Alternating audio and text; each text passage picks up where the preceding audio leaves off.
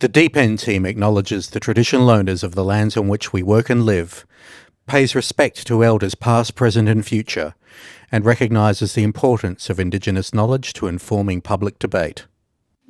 Our guest on this episode of The Deep End is Ken Wyatt. Ken Wyatt is a former Australian politician. He was the Liberal member for Hasluck in the House of Representatives from 2010 to 2022. He was the first Indigenous Australian to be elected to the House of Representatives, to serve as a government minister, and to be appointed to Cabinet. He was appointed Minister of Aged Care and Minister for Indigenous Health in the Turnbull government in 2017, and was elevated to Cabinet in 2019 as Minister for Indigenous Australians in the Morrison government. In July 2019, he gave an address to the National Press Club in Canberra, in which he said he would develop and bring forward a consensus option for constitutional recognition to be put to a referendum during the current parliamentary term. He negotiated with the designer of the Australian Aboriginal flag, Harold Thomas, for the Australian government to secure copyright over this important national symbol in 2022. He lost his seat to Labor in the 2022 federal election. On the 6th of April 2023, he resigned from the Liberal Party of Australia over its stance on the Indigenous voice to Parliament after leader Peter Dutton announced the party's decision to support the No campaign at the referendum. Ken Wyatt, welcome to our podcast, The Deep End, hosted by Aaron Corn and myself. It's an absolute pleasure to have you with us today. Yeah. It's great to be with you because I know that you've done some fantastic podcasts in the past, and so it's a pleasure sitting and talking with both of you. Thank you so much. Thank you. We're on Bunurong Wurundjeri country at the Victorian College of the Arts at our South Bank campus of the University of Melbourne. We pay our respects to the elders past and present. But let's turn to you, Ken, because you have been inspirational in the last 10 years. I can't remember exactly when you were elected, the first Aboriginal man elected to the House of Representatives, but I remember watching it on TV with tears in my eyes. When you gave your maiden speech in Parliament, and you were the first federal minister in Cabinet, an Aboriginal man as the first minister in federal Cabinet, and you've had a number of ministries, and the last one was as Minister for Indigenous Affairs in the Morrison government, but of course a very long career especially in health administration. And you appointed the members of the Voice Co-Design project, which resulted in a major report that you tabled in Cabinet. So let's go straight to your political career. Ken, tell us about working in the Morrison Cabinet and how you tried to bring to their attention the design, the potential design of the voice. Well, Marcia, it goes back to, in fact, 2010 when I first came in and Julia Gillard appointed the expert panel. I was on that panel and a report was produced, and that covered a range of issues that were important to not only constitutional recognition, but Aboriginal people and Torres Strait Islander people being heard by governments. In that report, we don't refer to it as a voice. We talk about the right to make representation and to influence ministers' thinking in the way in which they plan programs and services. And then I had Tony Abbott as my Prime Minister, who committed to constitutional recognition and said that he would sweat blood.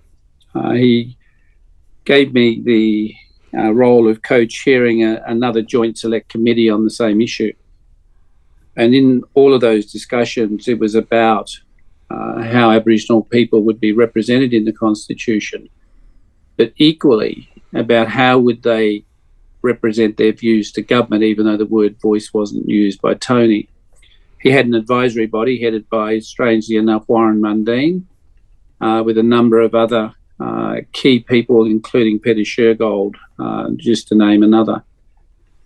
And in that process, it was about keeping alive through the Abbott era, through the Prime Minister Turnbull's era, and particularly in Scott Morrison as Prime Minister's era, the notion that we still needed constitutional recognition and a way in which Aboriginal people would have a voice to government. And it was a tough journey through all three prime ministerships, because there were a lot of colleagues who didn't have an appetite for a voice. And on a key night at the Lodge, we had a discussion, and there were several ministers sitting around that table, including two of the strongest opponents. Michaelia Cash was certainly one of them. But there were others, and the PM asked us what he thought of constitutional recognition and the voice. It was fundamentally Julie and Lisa and I, the only two who supported proceeding with the work that we were doing. And what's important about Julie and Lisa is he was chairing, and he had chaired a joint select committee with Patrick Dodson. And they tabled their report, and it was a brilliant speech by both in terms of their report. But the thing when I went back and that struck me when I went back and reread Julian and Patrick's report was that recommendation 1 contains all the detail of what government need to consider. And I'll share that with you. It says, in order to achieve a design for the voice that best suits the needs and aspirations of Aboriginal and Torres Strait Islander people, the committee recommends the Australian government initiate a process to co-design with Aboriginal and Torres Strait Islander people the following: consider national, regional and local elements of the voice and how they interconnect. Be conducted by a group comprising a majority of Aboriginal and Torres Strait Islander people and officials or appointees of the Australian government. Outline and discuss possible options for local, regional and national elements of the voice, including structure, membership, functions and operation of the voice, but with a principal focus on local bodies and regional bodies and their design and implementation. And consider the principles, models and design questions identified by this committee as the starting point for consultation documents and report to government within a period of time. Now, what struck me with that when I reread it was this denial that there was no detail, that this was being foisted on them for the first time. This was tabled in the House of Representatives in the Senate. So it was already there for every member of the Australian Parliament to read. But what's obvious is my colleagues in the coalition didn't read it, because they have taken a contrary stance to a committee report commissioned by the Morrison government. And from that work, when I became minister, I went to the point of co-design. I appointed both Tom Kelmer and Marcia Langton, along with two other sets of co-chairs for the local and regional voice, to find a way forward on the recommendations of a government report, accepted, never challenged in the House of Representatives, not even by Peter Dutton, not by Michaelia in the Senate, not by those other naysayers. And that's what I found most disappointing.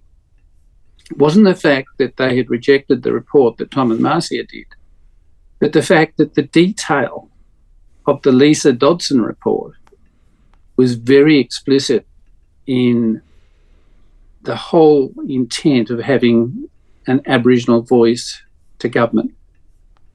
And I think that's one of the challenges. And certainly going back to the Lodge evening, everybody around the table spoke.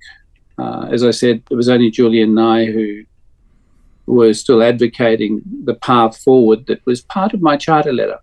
Charter letter is the letter that the Prime Minister gives you in Cabinet in confidence about the responsibilities and duties that you will have as a minister and what you are to fulfil within the term of government. Hence, my first speech at the Burswood covered my work around constitutional recognition, the voice, and truth-telling, with a focus also on closing the gap and the national strategy.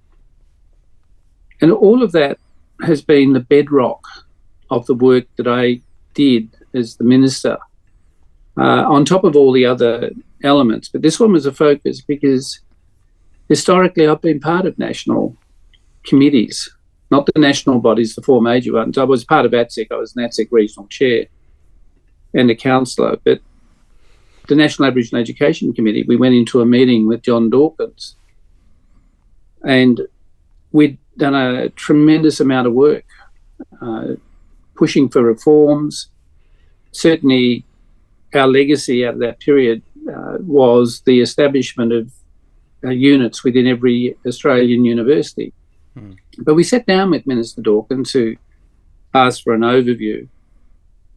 And then when we finished, just looked at us all and said, thank you for your work. I no longer require you. The National Aboriginal Education Committee will now cease to exist. No reason, no rhyme. And a body that had been effective in creating so many changes in a number of areas was just chopped off at the knees. We left that room perplexed, wondering what the next step would be. And the abolition of ATSEC, based on that perception of poor behaviour and fraudulent behaviour, was a reason for the Howard government to get rid of ATSEC, which had been very effective at the regional level, because it was close to the community and it was a regional voice. And that's why when I received the report from Tom and Marcia, the interim report, I shared with my cabinet colleagues. And then the second report, the final report, was also shared with my cabinet colleagues. And so there was all that detail for the Morrison government. And what disappointed me was on the night at the Lodge, the Prime Minister sat there and said, I think we won't proceed. And I said to him, Prime Minister, when Labor wins government, they will implement this. And if they're successful at a referendum, you will have to live with the structure and the body that is put in place. He looked at me and he said, you're scaring me. I said, it is a reality of an outcome that you will no longer be in control of. We need to work closely in a bipartisan way to get the best possible outcome. But a couple of days later, he announced publicly that the voice would not proceed. And then later on in his speech in the House, I listened and thought, wow, how could you say all of that when you gave me carriage? You never talked about the nation being divided. What you talked about was the Liberal Party being divided, because you had a number of dissenters who were not happy with the fact that Indigenous people would be given a voice to Parliament.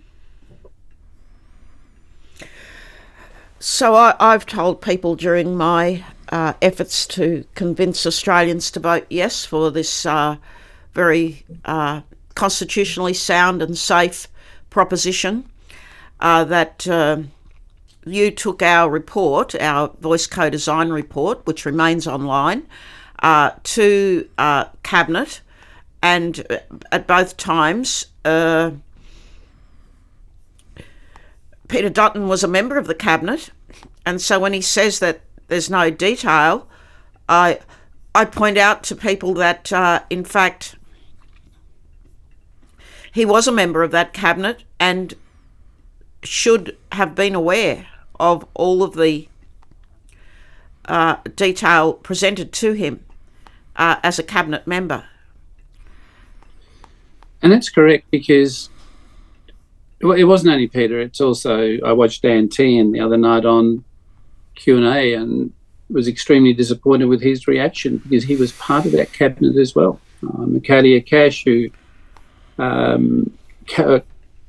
had the catch-call cry of, if you don't know, vote no. She knew. And I heard an interview by Michaelia on 6PR when she said she didn't want any race-based provisions introduced into the Constitution. I found that extraordinary, given that she was an Attorney General in our government and that there are race-based provisions already in the Constitution, Section 25, Section 5126, and, of course, the repealed Section 127. And if you're going to have that leadership role as the first law officer of the land, then you couldn't and shouldn't make statements like that when you should know the Constitution, because all legislation that is dealt with by Australian governments must fit within the head of power for which the Commonwealth has responsibility.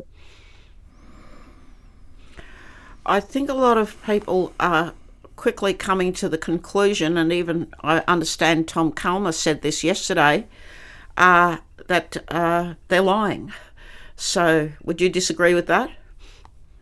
No, I don't disagree with that because, and sadly, because these were my colleagues for 12 years when I was in that place. And my principles and values were certainly parallel with that of the coalition. But what I've seen is a party that has shifted to using Trumpian-style behaviour to create fear and division in this nation. All Peter had to do was not to create this divide that he talks about, was to say, we will not fight you on it, like they did with the social welfare referendum when Labor succeeded in having that referendum succeed in order to provide a head of power for social services. Now, at that time, as we all have read, it wasn't questioned, it wasn't asked for the detail. The head of power was agreed to, and then the detail has come in subsequent legislation from Centrelink, even through to the implementation of CDP programs. So on this one, the strategy of creating the fear and saying, if you don't know the detail, then vote no, really is a mockery of the process that prevails for all constitutional questions, and certainly prevails for any legislation. We consult as ministers on legislation, and I went through all of our party papers to look at every bill over a 12-month period that we had introduced, and they had lists of people that we had consulted with on that legislation before it was brought to the party room. And so we had extensive engagement with significant bodies such as the Minerals Council, the mining sector, and on bills around social security, etc., ACOS and many others. And it was only on the Indigenous specific legislation that there was consultation with Aboriginal and Torres Strait Islander people. And that says a lot when education, health, law and order are key issues within our communities. Well, I think we're all pretty astonished at the extent of the lying and deception. What's your explanation for your former colleagues being so viciously opposed to this very simple, practical and constitutionally sound proposition that Australians are voting on now, actually, during the early voting phase, and the majority will vote on during the on October 14. Look, there has to be an attitudinal issue to do with Indigenous Australians. I look at the Mabo, and I went back and looked at the video that NITV produced around the Mabo debate, and it was the parallel. And I was watching it, and I was thinking, this is the parallel of saying, there goes your backyard. Mabo's going to do this, this, and this. The apology when that was suggested, the issue became, if we apologise, there will be litigation of a magnitude we've not seen. And the parallels of both the anti-Mabo and the opposition to the apology is being played out again on the issue of the voice. But why? Why is this? What is their problem? I would hope it's not race. It's just to see, it seems to be an ingrained attitude that has prevailed, and it's in more contemporary times.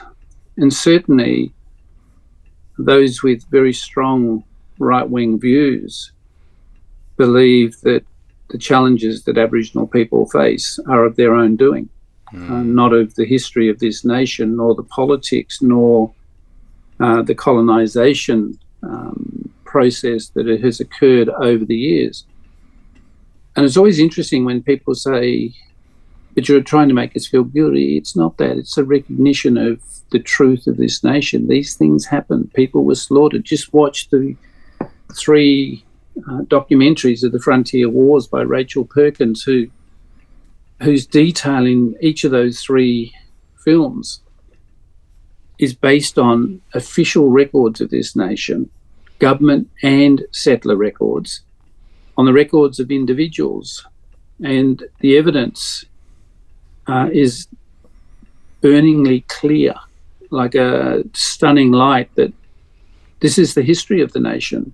So what we should be doing is saying, hey, we've got a chance to change course. We've got a chance not to go on a guilt trip, but to work in partnership with Aboriginal people so we get better outcomes, because we're not getting them now. And even after having an historic agreement on the Closing the Gap strategy, which involved 51 Aboriginal peak organisations who sat in the cabinet room with the Prime Minister and Michaelia Cash and other ministers, and sat with state and territory ministers for Aboriginal affairs.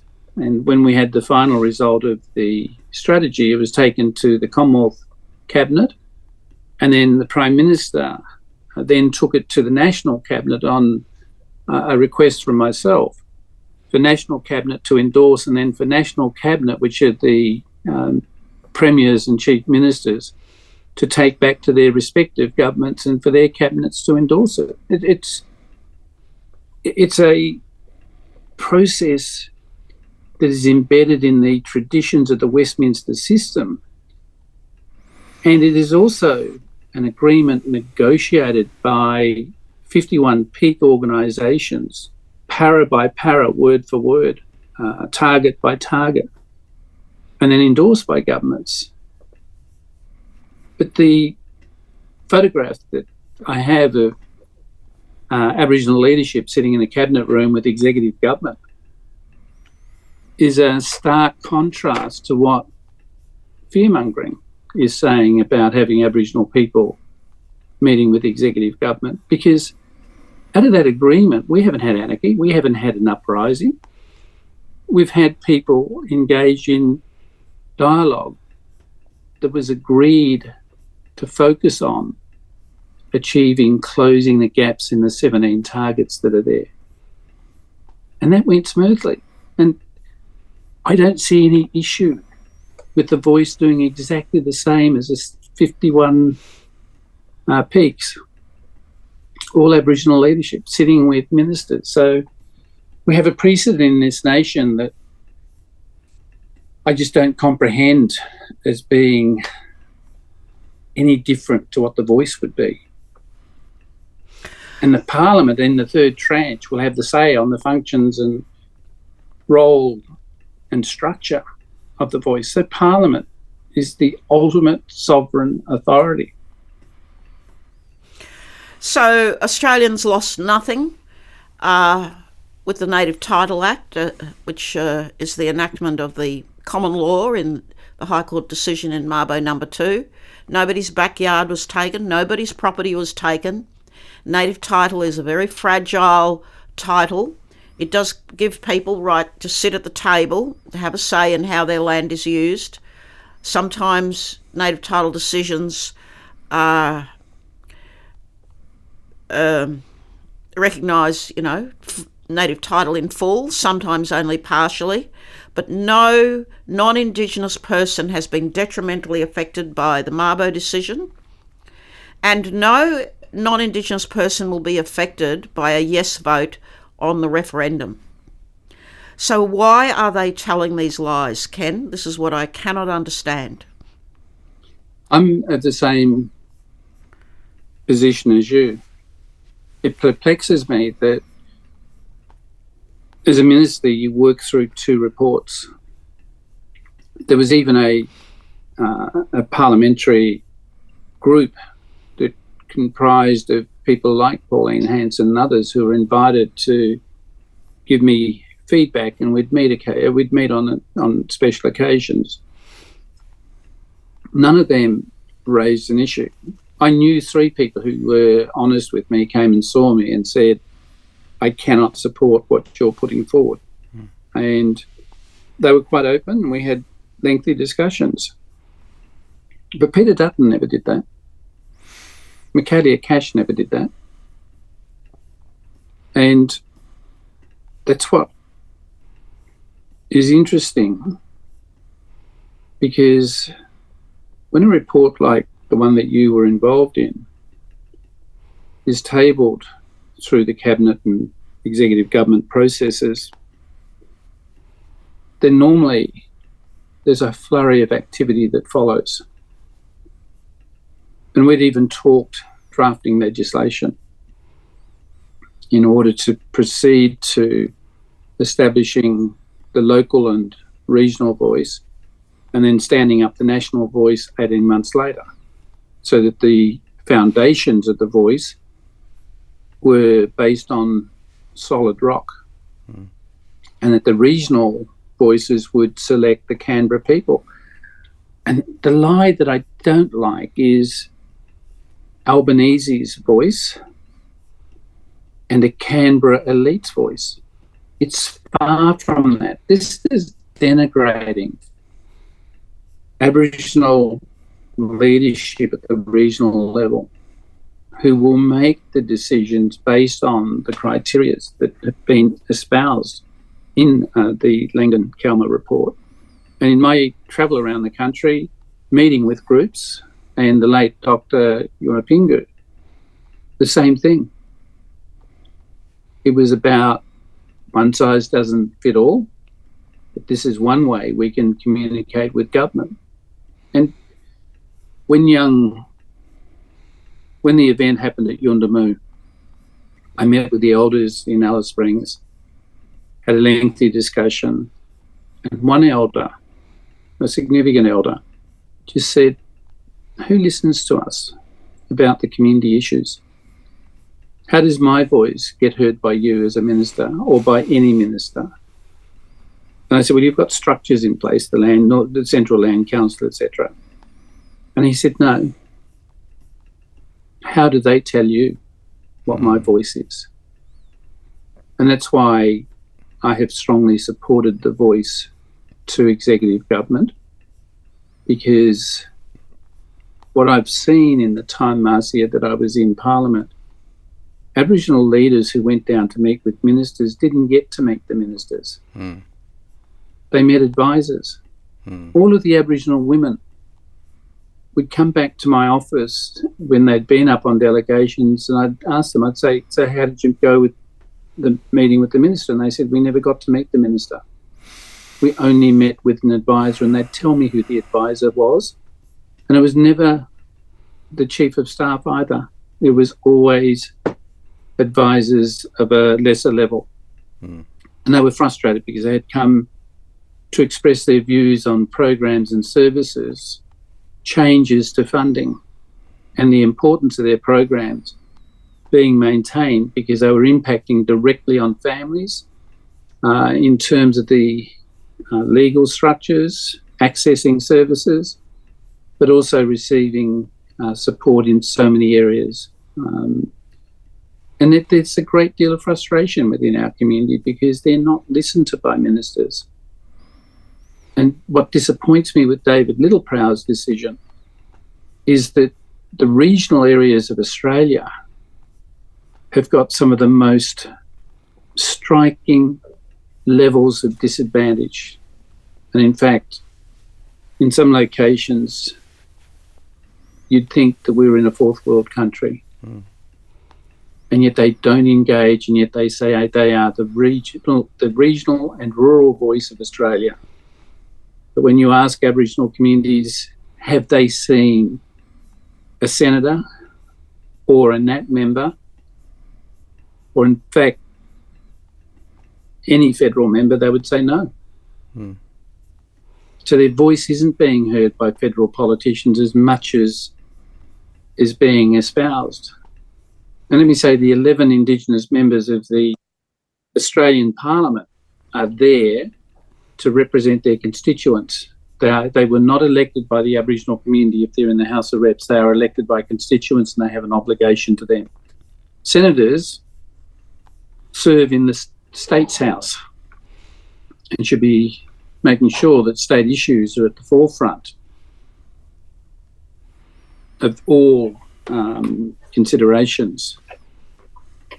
But the trouble is we've gone along party lines, and Indigenous people miss out so frequently in having representation from their local members and fighting for issues that were important. So there is a divide in this nation. It's not the voice.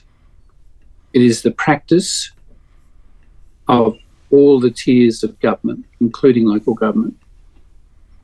And I think we need to wake up to the reality that unless we are all engaged and we are meeting with communities, not their organisations, but with Aboriginal communities more frequently, then we might accept the argument that federal politicians represent all constituents. Because let me tell you, based on my experience of 12 years, they very, very, very, very rarely visit Aboriginal communities as a whole. They visit an organisation, fly up and then say, this organisation speaks on behalf of the community of whatever.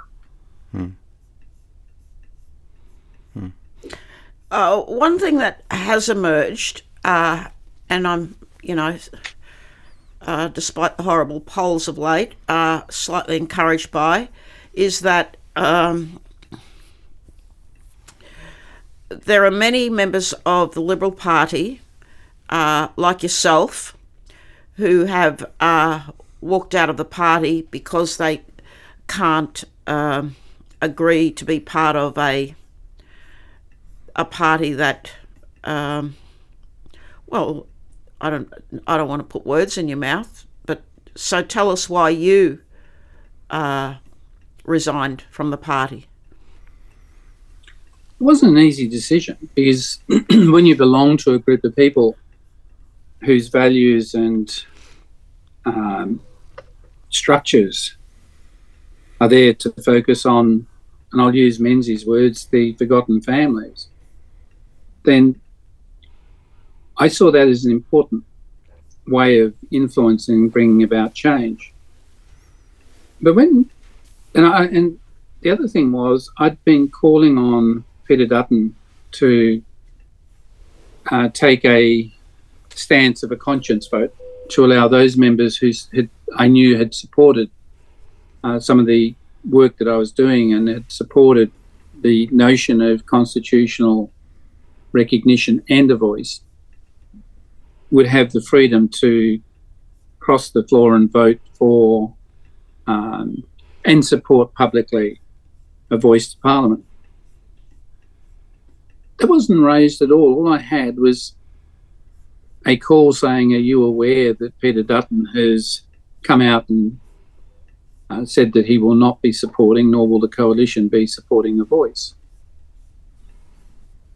And I felt a sense of treachery, given two reports, given the public statements I had made, given questions I'd answered in question time in respect to constitutional recognition, and the other parliamentary processes, including media interviews I'd given on this issue, that they'd gone totally contrary to everything that I'd worked on for 3 years.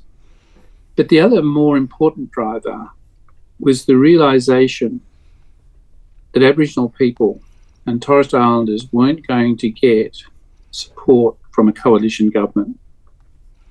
David Littleproud having gone out so early, and then Peter Dutton taking the strong stance that he has that has created the division in this nation, I felt that there was a conflict of what I had tried to achieve and what he was now striving to do the opposite of that achievement. I didn't even tell my wife. I sent a message to the Liberal Party. I sent a text saying that I resigned forthwith from the Liberal Party.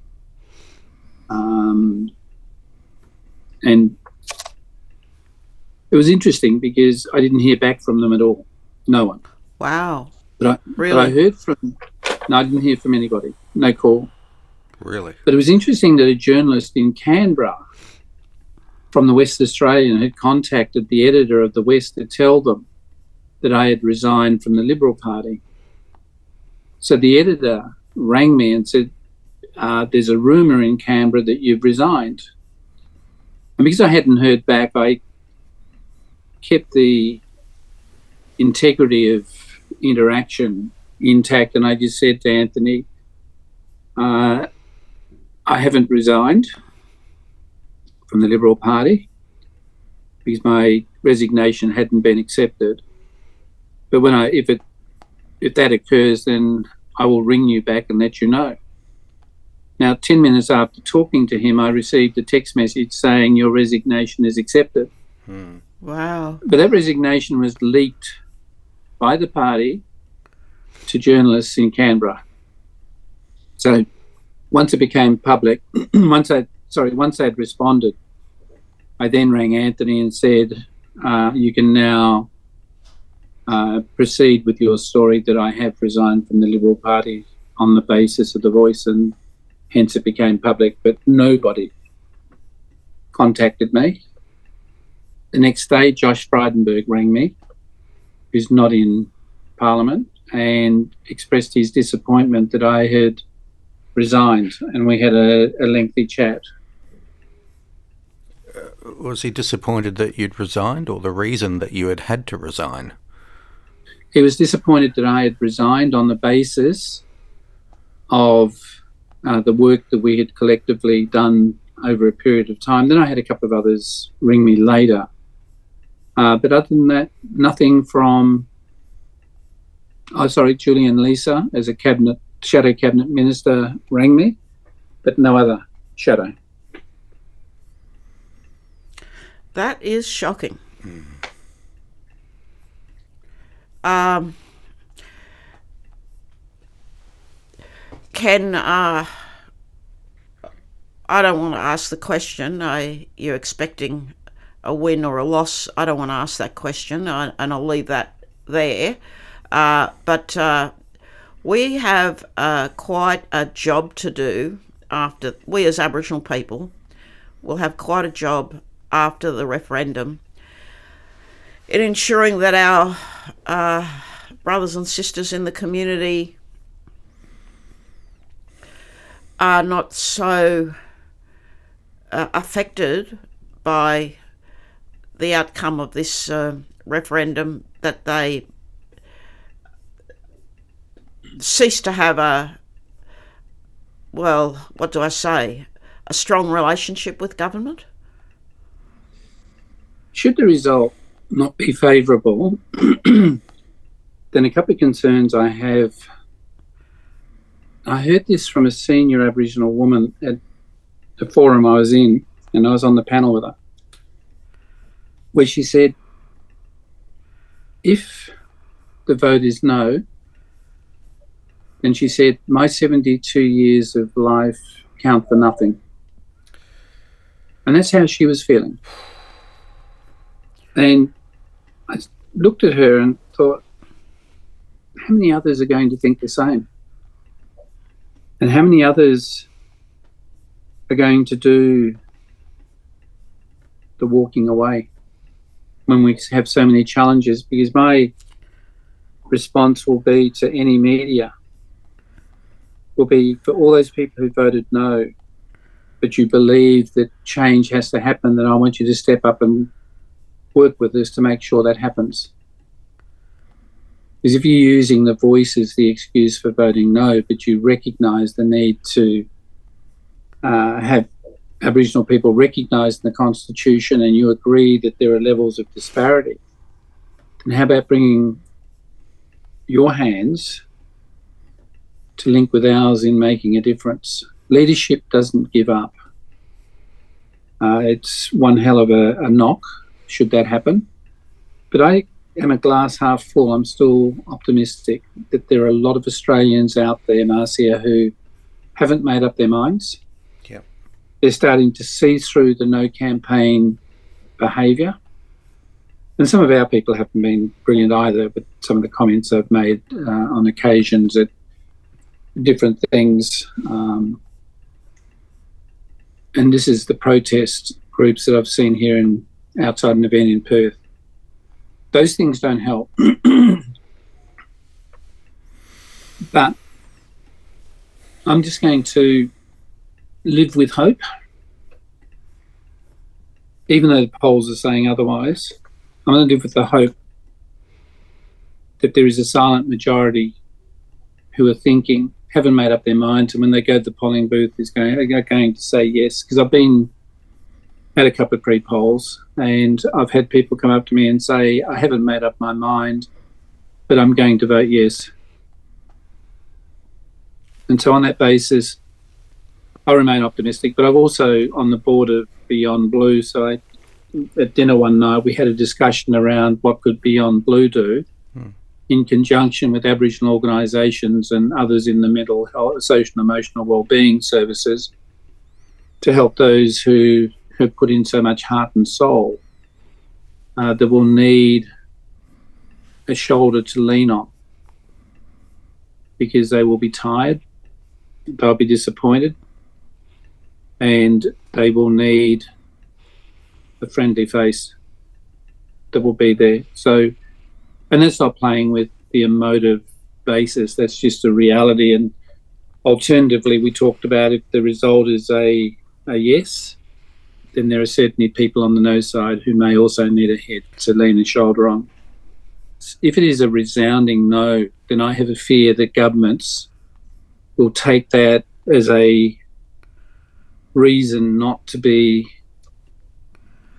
brave on dealing with Aboriginal affairs issues in a much stronger way than what we have as a nation have been. I agree. Having heard you describe your own engagements throughout this whole process, and I think I've only met you twice in person before, I feel deeply saddened that somebody of your integrity and somebody who has worked so constructively for these sorts of outcomes that the Yes campaign is offering in this referendum has had this experience. I feel deeply sorry for that. And I know a lot of Australians who are listening to this podcast will also feel deeply sorry for that, because irrespective of what side of politics any of us feel that we gravitate towards, it's that kind of honesty and compassion and integrity and willingness to work with others, even if you disagree, that is necessary to get this over the line. And I'd like to thank you for having been there throughout this process and embodying that when probably nobody else could at this particular phase of history that we're talking about. But I am very deeply sad. It's part of the fabric of politics. It's not about me, it's about our people. And that's why we persist. And I was sharing with Noel Pearson that I was chastised twice for supporting Noel in his comments. And it was about the right for Noel to make those comments in the way that he did. I had a senior member of cabinet say to me, "You've thrown me under a bus." And I said, "No, I haven't." I said, "What I did is reinforce the fact that Noel made a very poignant point about the voice and why we need it." And probably did that for him about 3 times. And that's just part of who we are as Aboriginal people. Is you may disagree with an individual, but for the betterment of our people, you will do whatever you need to try and bring about change that is long-lasting. Because I don't think about just my children, I think about our grandchildren. I want what we do to be an enduring legacy that gives our grandchildren a better life than what our parents had and what we've had.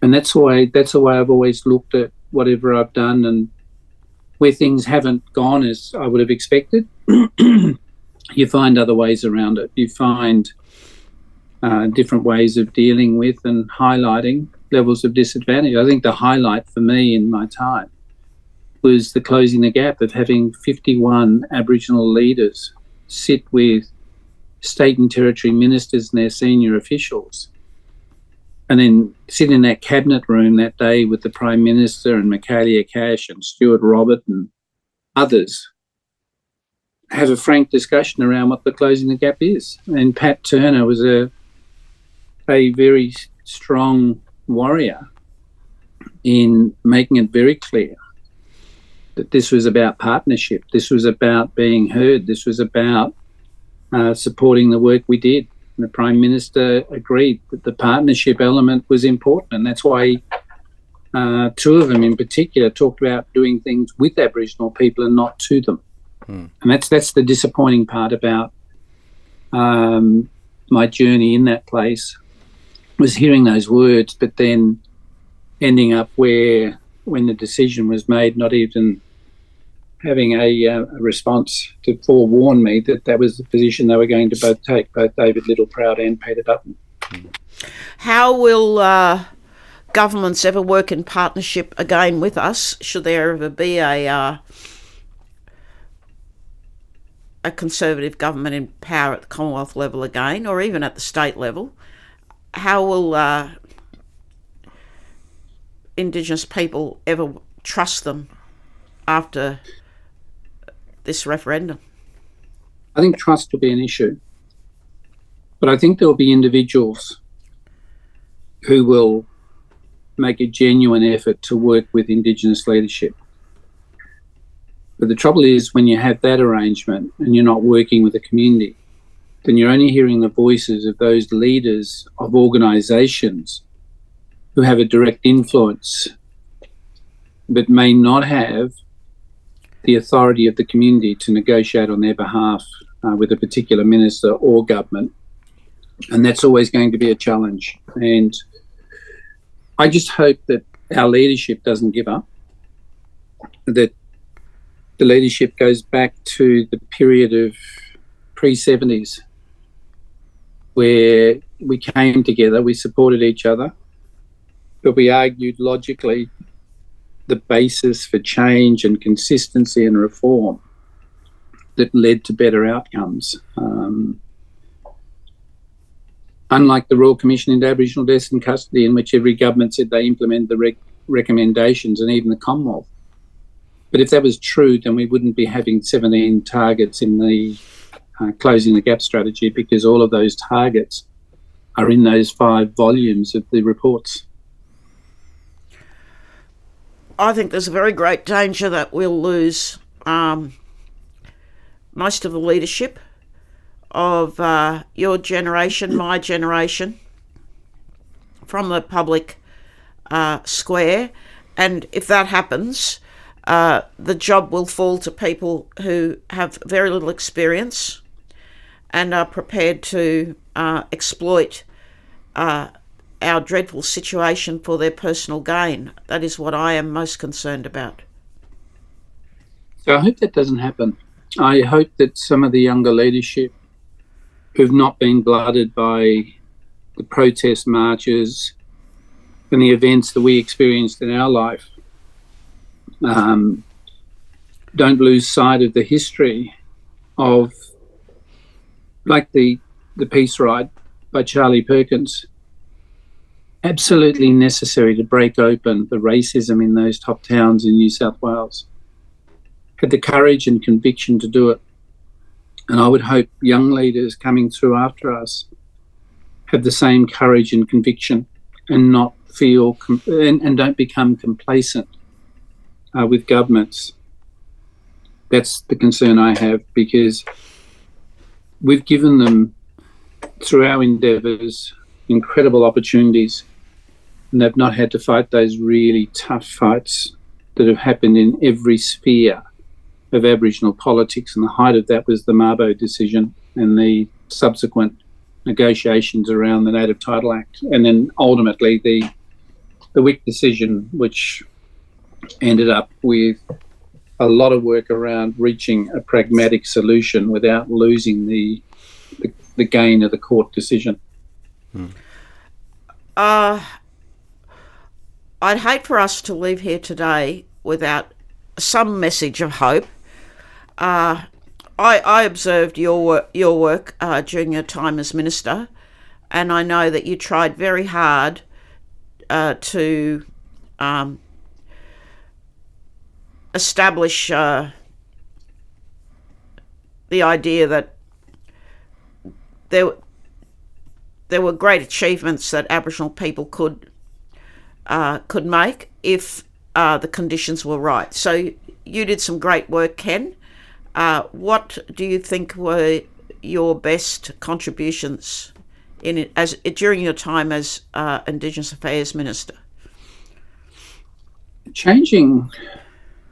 Actually, one of the first things I did was transferred all of the monetary responsibility from the Minister's office to the agency, and for guidelines to be established for the allocation of all grants. So there was none of this giving of grants without a submission. Yeah. The other was certainly working very closely with Ray Grigg in redefining the National Indigenous Australians Agency and having a focus on community.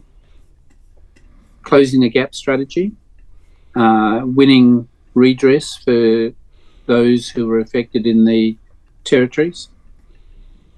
The international pathways that are open to us were part of that, and the Trans-Tasman Agreement with my counterpart from New Zealand, while Prime Minister Morrison and Prime Minister Ardern watched us sign that agreement for cultural and economic opportunities from New Zealand and Australia into the global markets, and that's now being led by Canada. There's plenty of programs in the Closing the Gap implementation strategy that is new funding, not rebadge funding, it was new funding. And that, with the agency's own successive budget bids, realised $1 billion in new money. So they were great. And the other was influencing Australians to learn to listen, learn to become involved. There's a whole lot of things that I will one day write about. But I think one I want to reflect on, Marcia, is I spoke to a group of young priests at a seminary who asked me a question.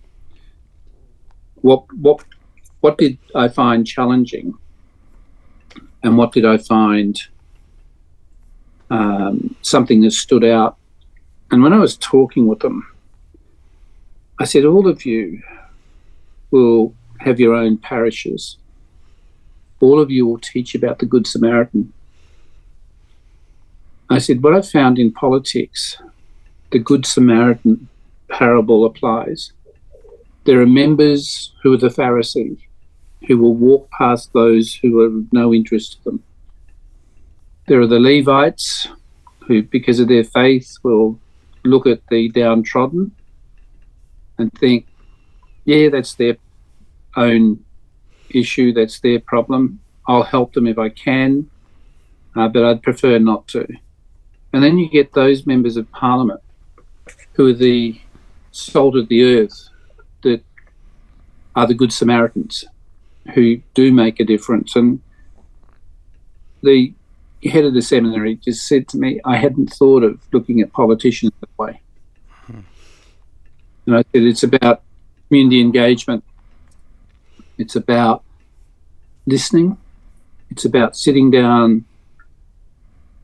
And one person described a constituent as a smelly person, sitting down even with a smelly person and listening and then working to help them. And I don't think enough of that is being done in Australian politics. And I would see that applying to our people. Our people is that robber on the side of the road who is struggling with so many issues, but they go past. Ken, we're at time, sadly, and we hope you'll come back on the program for future episodes, and you can talk about literally anything you want. And in fact, it'd be great to get some advice from you about all the other things that we're not talking about that are also urgent. Like all the communities, struggling to maintain their languages and traditions and that kind of stuff, and how they get very little support and what kinds of strategies might work for them. But we are going to have to wrap it up, sadly, for today. For anybody who's undecided about how they're going to vote at the plebiscite, in a very clear and direct way, what would you say to them? I would say vote yes. And I say it on this basis, is that Aboriginal people have had challenges in their lives over a long period of time. And by saying yes, to allow them to have a voice that is guaranteed for engagement with governments of all levels that will change their lives, then use that to cast a vote that will make a difference. That's all I'm asking, is that our grandchildren and their grandchildren live in an Australia that has opportunities that prevail far more readily than what they do for Indigenous people. But it makes for a better country. Thank you. Thanks, Ken.